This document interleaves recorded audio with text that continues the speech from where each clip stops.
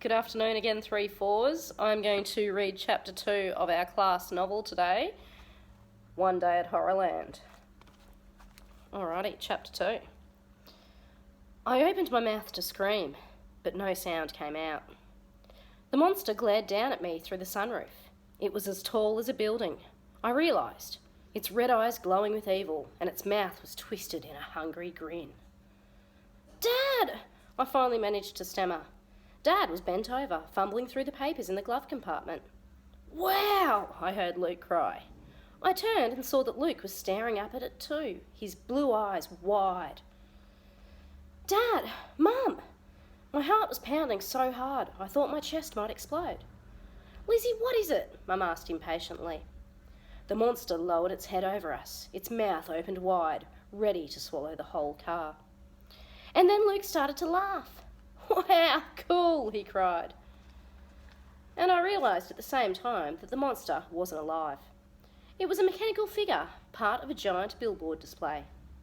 Ducking my head to get a better view through the side window, I saw that Dad had pulled the car right beside the billboard. My parents were so busy arguing about maps they hadn't even noticed it. I stared up at the red-eyed monster. It lowered its head and opened its jaws. Then the jaws snapped shut and the enormous head slid back up. "Looks so real," Clay exclaimed, staring up at it. "Didn't fool me," I lied. I wasn't going to admit that I nearly leaped through the sunroof. I'm supposed to be the calm one, after all. I rolled down the window and stuck my head out to read the billboard in front of the mechanical monster. In huge red letters it said, "Welcome to Horrorland, where nightmares come to life." There was a dark red arrow in the upper left-hand corner with the words, 1 mile.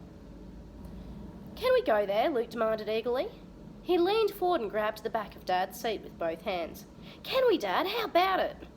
"Looks kind of scary," Clay said softly. Dad slammed the glove compartment shut with a sigh. He was giving up on the map idea. "Luke, stop pulling my seat. Sit back." "Can we go to Horrorland?" Luke demanded. "Horrorland? What's Horrorland?" "Never heard of it," Dad muttered. "It's only a mile from here," Luke pleaded. "It looks great." The monster lowered its head over the car, staring in through the sunroof. Then it raised its head again. "I don't think so," Mum said, staring out at the huge billboard. "Zoo Gardens is such a wonderful park. Horrorland doesn't look very nice." "It looks great," Luke insisted, pulling at Dad's seat. "It looks really excellent." "Luke, sit back," Dad pleaded. "Let's go," I urged. "We're never going to find Zoo Gardens." Mum hesitated, chewing her lower lip. "I don't know," she said. "Some of these places aren't safe." "It'll be safe," Luke declared. "It'll be very safe." "Luke, sit back," Dad growled. "Can we go?" Luke demanded, ignoring Dad's request. "Can we?" "It could be fun," Clay said quietly. "Let's give it a try," I urged them. "If we hate it, we can always leave."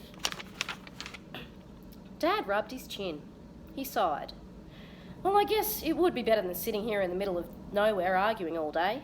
"Yay!" screamed Luke. Luke and I reached over Clay to slap each other a high five. Horrorland sounded like a pretty cool place to me. I love scary rides. "If the rides are as scary as that monster," I said, pointing at the billboard, "this park will be awesome." "You don't think it's too scary, do you?" Clay asked. I saw that he had his hands clasped tightly in his lap, and he had that frightened owl look on his face again.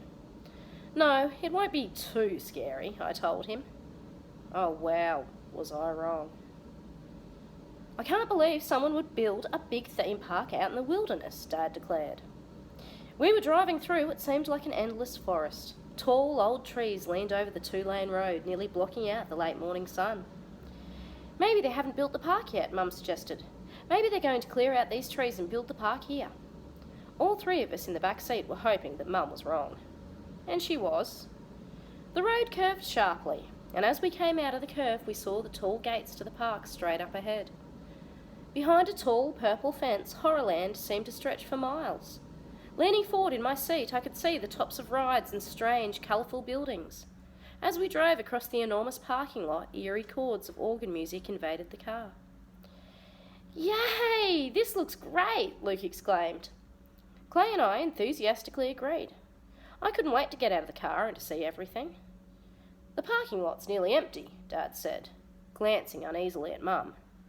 "That means we won't have to wait long in lines," I quickly exclaimed. "I think Lizzie is excited about this place," Mum commented, smiling. "Me too," Luke cried. He punched Clay enthusiastically on the shoulder. Luke always has to be punching or pinching somebody. We crossed the wide parking lot. I saw a few cars parked near the front gate. At the far side of the lot stood a row of purple and green buses with the word Horrorland across the side. As we rode closer, I got a good look at the front gate. The same monster we'd seen behind the billboard rose up behind a big purple and green sign over the gate. The sign read, "The Horrorland Horrors welcome you to Horrorland." "I don't get that sign," Mum said. "What are the Horrorland horrors?" "We'll find out," I exclaimed happily. The solemn, eerie organ music floated heavily over the parking lot. Dad pulled into a space in an empty aisle to the right of the front gate. Luke and I pushed open the back doors before the car had even stopped. "Let's go," I cried. Luke, Clay and I started trotting toward the gate. As I ran, I stared up at the green monster over the sign. This one didn't move its head like the billboard monster, but it looked very real. I glanced back and saw that Mum and Dad were hurrying to catch up with us. "This is going to be way cool," I exclaimed.